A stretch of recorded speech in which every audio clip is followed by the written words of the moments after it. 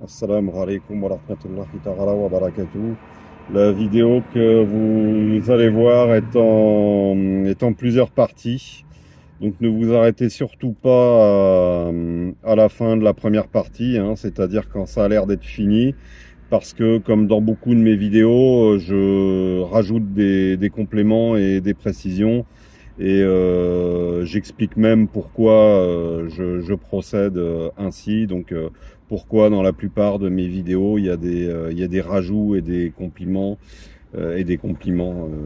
astaghfirullah, et des compléments en fin de vidéo. Voilà. Donc avec moi, quand il y en a plus, il y en a encore. Donc ne vous arrêtez surtout pas quand ça a l'air d'être fini. Barakallahu fikum. La paix soit sur vous et la miséricorde d'Allah, subhanahu wa ta'ala, et sa bénédiction. Aujourd'hui, nous allons parler d'Arwa. Alors, on va diviser le Darwa en deux branches. Il y a le Darwa, l'appel envers les musulmans, qui consiste à les rééduquer, à leur réenseigner, voire à leur enseigner les bases et les fondements de leur religion. Et il y a le darwa envers les non-musulmans, donc qui consiste à convertir des gens qui ne sont pas musulmans. Aujourd'hui, Inch'Allah, bi'ivnillah, on va s'intéresser à cette branche du darwa. Donc cette branche qui consiste à convertir des gens, à inviter des non-musulmans à l'islam, et donc in fine à Allah, puisque l'objectif c'est Allah, et que l'islam n'est qu'un moyen. Le moyen agréé par Allah, mais ça reste un moyen. Il n'en demeure pas moins que ça reste un moyen, un outil. Alors on va commencer par édicter une règle de base. Quand on est confronté à un non-musulman, à quelqu'un qui n'est pas musulman, qui se déclare non-musulman, qui se déclare agnostique, qui dit qu'il ou elle n'a pas de religion, ou quelqu'un qui est chrétien, ou encore qu'on n'a pas à inviter Ahl al-Kitab à l'islam. Ça, c'est autre chose. Mais bon, d'une manière générale, quand on veut inviter un non-musulman à l'islam, la chose à ne surtout pas faire, c'est l'inviter directement à l'islam. Voilà, lui dire, voilà, moi je te propose de te convertir à l'islam, est-ce que tu acceptes de te convertir à l'islam? Alors pourquoi il faut surtout pas faire ça?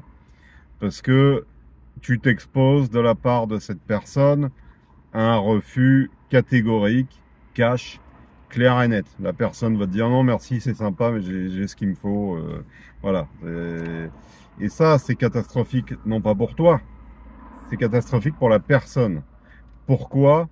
Parce que à partir du moment où tu as invité cette personne à l'islam et que cette personne a tourné le dos, techniquement, tu as fait d'elle un mécréant.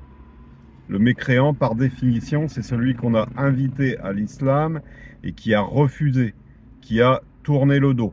Donc qui a refusé l'islam, mais qui par voie de définition a refusé Allah et a refusé le messager de Allah, sallallahu alayhi wa sallam. Donc ça, c'est vraiment la chose à ne pas faire. La chose à faire, en revanche, c'est quand on est confronté à un non-musulman et qu'on a dans la tête l'idée de faire de cette personne un musulman.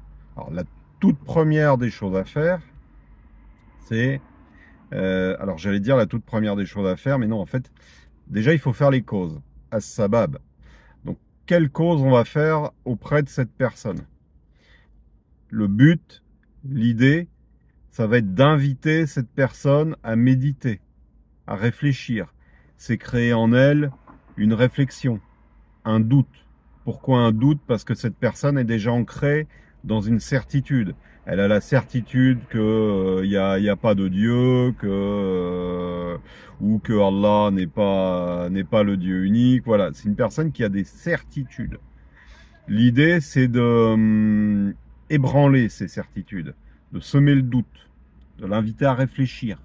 Ça, il va y avoir un travail Ça va être subtil, ça va être un travail d'argumentation, ça va se faire en finesse.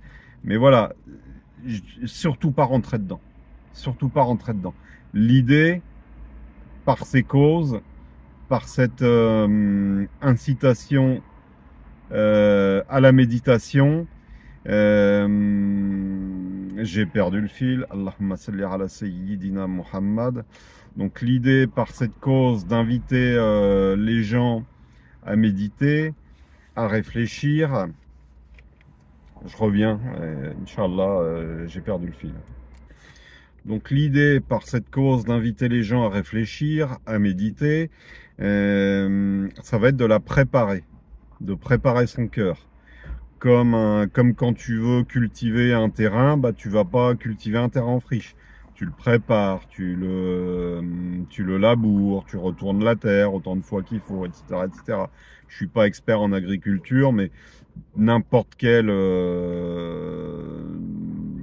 idiot sait qu'une terre, ça se prépare. Hein. On prépare une terre à la culture. Un cœur, c'est pareil, il faut le préparer. Donc pour le préparer, bah, il faut créer comment dire, cette réflexion, cette méditation en elle. Ça, c'est as-sabab, c'est les causes. Et une fois que tu as fait les causes, fa iza hazamta tawakkaltu ala Allah. Et une fois que tu t'es décidé, remettant à Allah, fa iza hazamta tawakkaltu ala Allah. Donc tu t'en remets à Allah.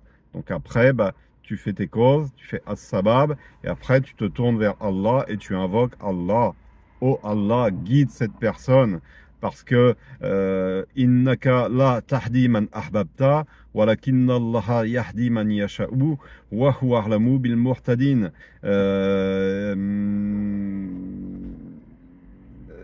Ça n'est pas toi qui guide vers les gens vers Allah, mais c'est Allah qui guide, et il connaît mieux les bien guidés. Donc toi tu guides rien, toi tu fais des causes et puis tu demandes à Allah de guider. Hein, chacun son travail. Et surtout, la condition, c'est al-ikhlas. Tu dois être sincère dans ton intention, dans ta niya. Et cette intention, cette niya, j'ai déjà eu l'occasion de le dire, c'est de sauver les gens. C'est que les gens soient sauvés. Ce qui t'intéresse, c'est les gens, c'est l'intérêt des gens. C'est pas toi. C'est pas tirer une gloire d'avoir converti quelqu'un à l'islam. Si c'est ça, ta niya, elle est complètement faussée.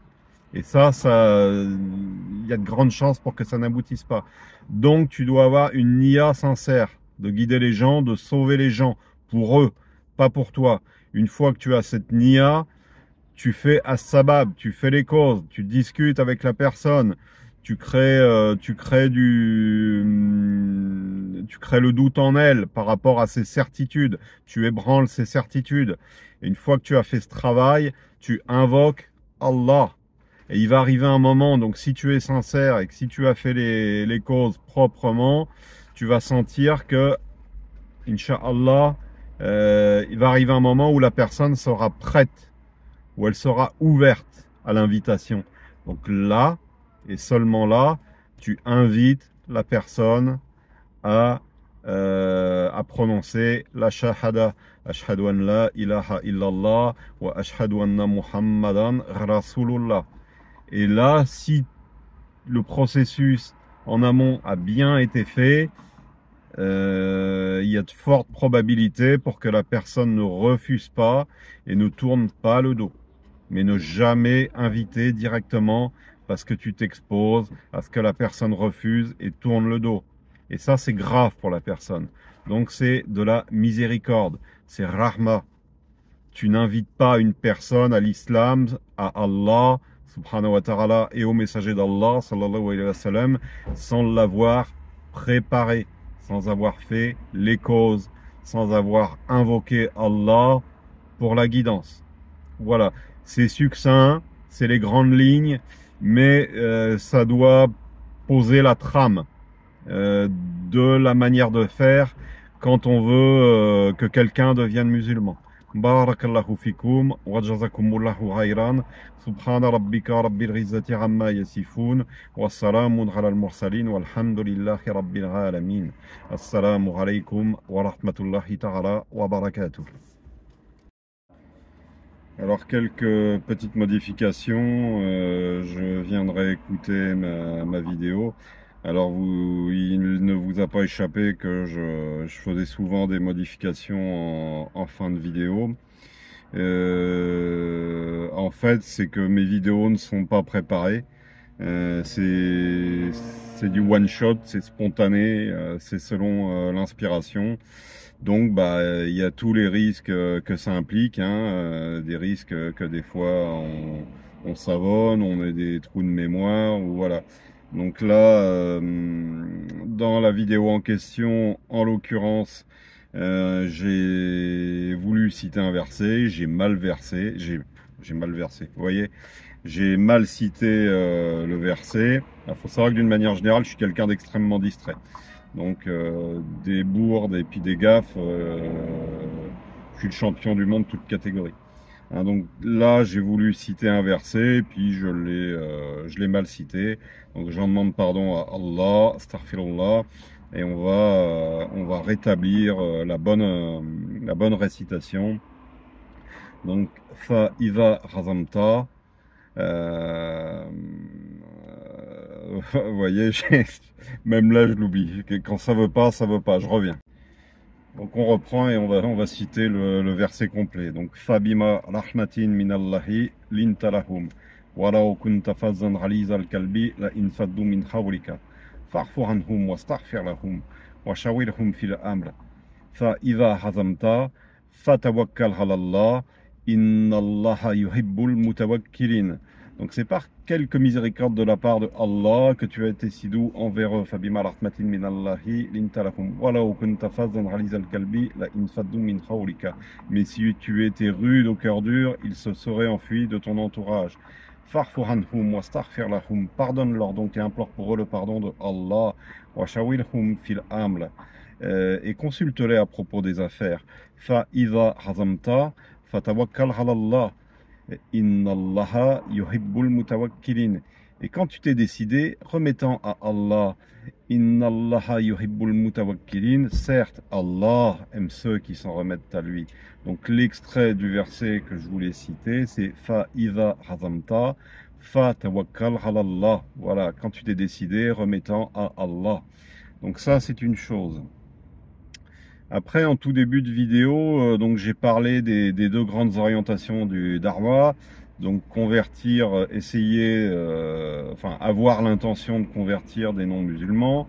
Et donc le Darwa qui s'adresse aux musulmans. Alors le but de ce Darwa, c'est tout simplement, j'ai parlé de rééduquer les musulmans, etc., etc. Oui, mais ça c'est le moyen. Mais le but de ce darwa envers les musulmans, c'est tout simplement de leur rappeler l'objectif. Parce que la quasi-totalité des musulmans ont perdu de vue l'objectif de leur religion. L'objectif, c'est pas de faire 5 prières obligatoires par jour, et puis de jeûner le mois de Ramadan, et puis de payer zakat. Voilà, c'est pas une fin en soi. Ces ibadat, ces adorations ne sont pas une fin en soi. L'objectif, c'est Allah, subhanahu wa ta'ala. L'objectif, c'est de cheminer vers Allah, subhanahu wa ta'ala, et de faire les causes qu'il faut pour ça, et de purifier son cœur, de faire tazkiyat an-nafs, de cheminer, de suivre une voie. C'est ça l'objectif. Et ça, c'est fondamental de le rappeler à l'immense majorité des musulmans parce qu'ils l'ont complètement perdu de vue. Voilà. Rappeler l'objectif de Al-Islam. Donc ça, c'est le but de Ad-Darwa envers les musulmans. Voilà, c'est ce que je voulais, c'est à peu près tout ce que je voulais rajouter. Barakallahu fikum.